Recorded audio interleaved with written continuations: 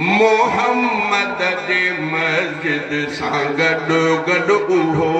घर मुक़द्दस बणियो घर अम्मा आयशा जो मोहम्मद जे मस्जिद सां गॾु गॾु उहो घर इन घर मां अक्सर निहारियो मोहम्मद उहा पाक मस्जिद ऐं मेहराब मिंबर मुक़द्दस बणियो घर अम्मा आयशा जो मोहम्मद जे मस्जिद सां गॾु गॾु उहो घर इन घर मां अक्सर निहारियो मोहम्मद उहा पाक मस्जिद ऐं मेहराब मिंबर मुक़द्दस बणियो घर अम्मा आयशा जो मोहम्मद जे मस्जिद सां गॾु गॾु उहो घर इन घर मां मस्जिद में दाख़िल नबी थियो ऐं मस्जिद मां वापसि बि घर में अची थियो इन घर मां मस्जिद में दाख़िल नबी थियो ऐं मस्जिद मां वापसि बि घर में अची थियो इहो घर ऐं मस्जिद जुड़ियल इन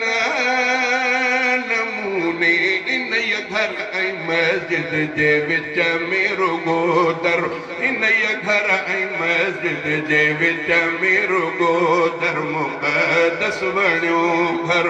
अम्मा आयशा जो मोहम्मद जे मस्जिद सां गॾु गॾु उहो घर इन घर में सिद्दीक़ ईंदो बि हूंदो अम्मा आयशा ॾे तकींदो बि हूंदो इन घर में सिद्दीक़ ईंदो बि हूंदो अम्मा आयशा ॾे तकींदो बि हूंदो ऐं ॼाठे नबीअ ॾे अदब सां निहारे संवारींदो हूंदो अबू बकर अंदर ऐं ॼाठे नबीअ ॾे अदब सां निहारे संवारींदो हूंदो अबू बकर अंदर मुक़द्दस बणियो घर अम्मा आयशा जो मोहम्मद जे मस्जिद सां गॾु गॾु उहो घर अम्मा फातिमा भी इते ईंदी हूंदी ॾिसी पंहिंजे बाबा खे ख़ुशि थींदी हूंदी अम्मा फातिमा भी इते ईंदी हूंदी ॾिसी पंहिंजे बाबा खे ख़ुशि थींदी हूंदी मोहम्मद जी शफ़क़त नियाणीअ ते बेहद इन घर खे एज़ाज़ आला मुक़द्दर इन घर खे एज़ाज़ आला मुक़द्दर मुक़द्दस बणियो घर अम्मा आयशा जो मोहम्मद जे मस्जिद सां गॾु गॾु उहो घर मोहम्मद जे मस्जिद सां गॾु गॾु उहो घर इन घर में जिब्रील ईंदो रहियो आहे सलामी सजण जी भरींदो रहियो आहे इन घर में जिब्रील ईंदो रहियो आहे सलामी सजण जी भरींदो रहियो आहे अम्मा बीबी साईं जे हूंदे बि अक्सर मोहम्मद जे ख़िदमत में थींदो हाज़िर मोहम्मद जे ख़िदमत में थींदो हाज़िर मुक़द्दस बणियो घर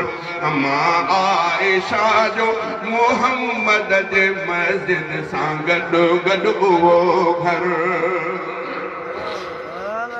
इन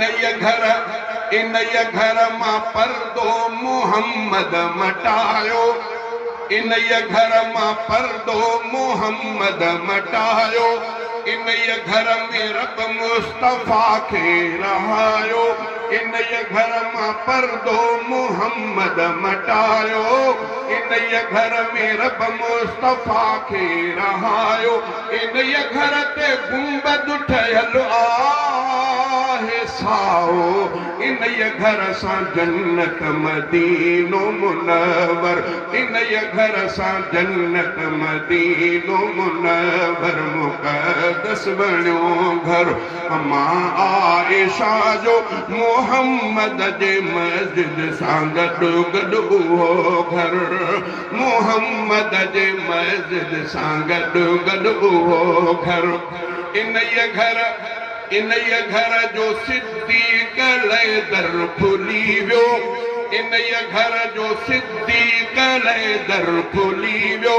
इन घर में फारूक खे घर मिली वियो